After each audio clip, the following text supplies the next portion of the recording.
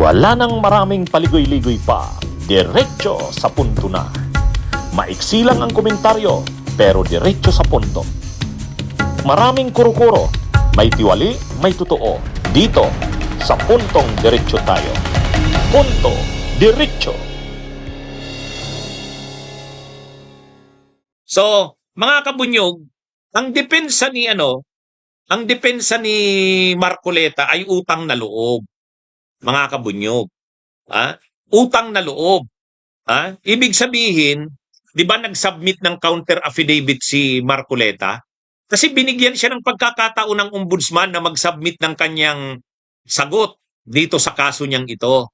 Ang sagot pala ni Marcoleta, binigyan siya ng regalo, gift o donation nila Mike Defensor at nung dalawa pang ang co-accused diyan, binigyan siya ng pera, 75 million ang total.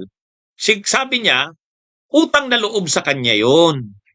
Kasi marami siyang naitulong sa mga ito. Marami siyang naitulong. Kumbaga sa atin, ang kultura nating Pilipino, pag may utang na loob sa iyo, ang isang tao, pag nangailangan ka, tutulungan ka nila. So parang ganun yung depensa pala ni Marcoleta. Sinong nagsabi niyan? Naglabas ng statement ang ombudsman Naglabas ng statement. Sinabi ng Office of the Ombudsman, mabigat itong naging desisyon nila. Nakasampahan ng kaso si Marcoleta. Mabigat pero kailangan. Ngayon, sinagot ng Office of the Ombudsman yung issue ng utang na loob. Kasi parang ang paliwanag ni Marcoleta doon sa sagot niya, doon sa counter affidavit niya, yung pagbigay sa kanya, ng donation, tulong, gift ay out of utang na loob. Utang na loob sa kanya. So ibig sabihin, kumilala ng utang na loob sa kanya itong kaibigan niya. So tatlo ang involved diyan.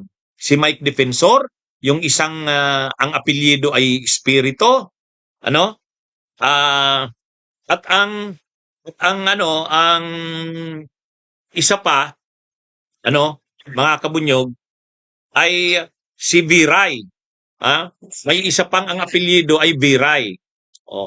Yan yung yan yung mga nagbigay ng donation diyan, si Mike Defensor, yung isang ang apelyido ay Espiritu, at ang isa ay apelyidong Viray.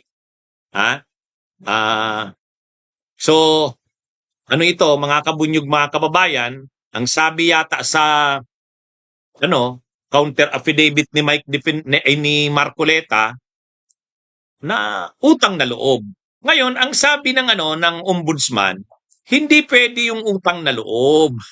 Hindi tama na depensa yung utang na loob.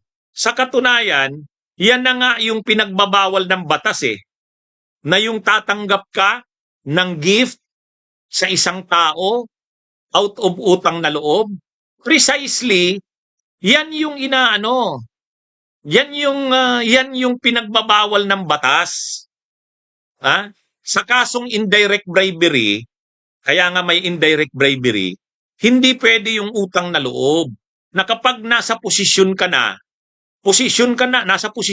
public officer ka na, ay tatanggap ka ng gift dahil sa utang na loob, ay hindi pwede yun. Yun na nga yung pinagbabawal ng batas. Ay mukhang ganun ang depensa ni mukhang yun ang depensa ni Marcoleta Mali nga naman. Alam nyo, kung ganyan ang depensa ni Marcoleta doon sa sinabmit niya sa ombudsman, na utang na loob daw may utang na loob daw sa kanya kaya nagbigay sa kanya. Yun ang ba naman 'yan? DDS Troll Army. Sabihan niyo si Marcoleta, bakit ganun? Paulit-ulit ang error niya. Kung ganyan yung depensa ni Marcoleta, mali na naman talaga. Bakit niya naman sinabi na na utang na loob yun? Kaya nagbigay sa kanya ng gift dahil sa utang na loob. Ano ba yan? Mga kabunyog, mga kababayan. Hindi tama yung depensa na yun Ewan ko kung sino bang nag-a-advise sa kanya yan. Pero lawyer siya. Dapat na i-consider niya yan.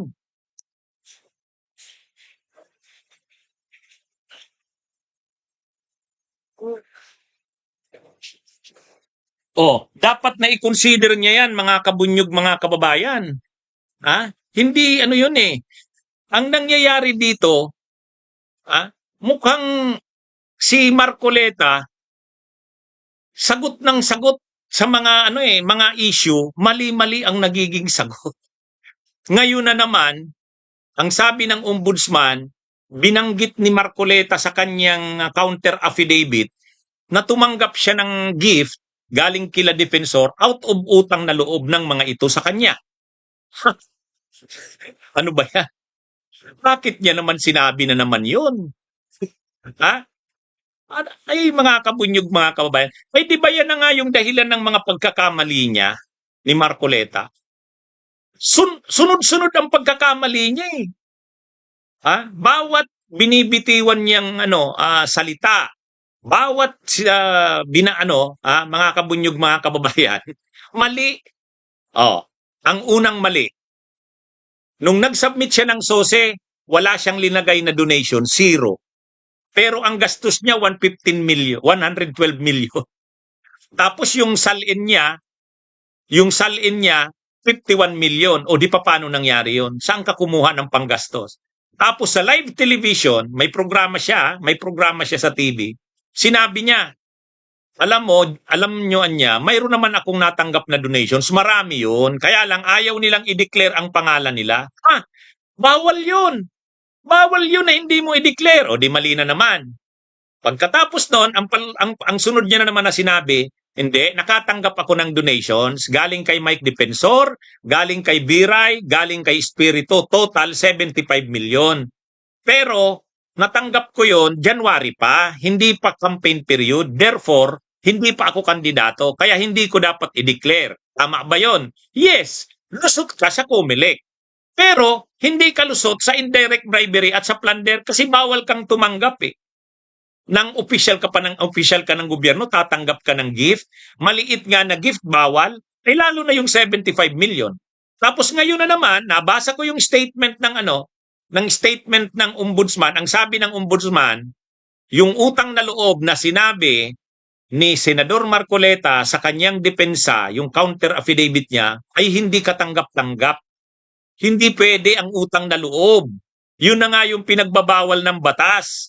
Huwag kang tatanggap. Kung official ka ng gobyerno, huwag mong gamitin yung utang na loob kaya ka tumanggap ng gift. Ano ba yan? Parang ito, mga kabunyog, mga kababayan. Laging sablay. Ito na naman, mali na naman yan. Kaya sabi ng ombudsman sa nilabas nitong pahayag, mahirap ang ginawa nilang pag-file ng kaso kay Marcoleta. Pero kailangan. At yung sinasabi ni Marcoleta na utang na loob, out of utang na loob ng mga kaibigan niya kaya siya binigyan, hindi pwede yun. Hindi uubra yung gano'n na depensa. Ay, mga kabunyog, mga kababayan, ano bang nangyayari dito kay Marcoleta? Anyway, magandang araw sa inyong lahat. Mabuhay po tayo. Bunyog, halikan na kasama ka. Bunyog, kapag buklod ay may pag-asa. Luzon, Visayas, Mindanao, isa ang pananaw. Sa bagong Pilipinas ang bunyog isisigaw. Bunyog.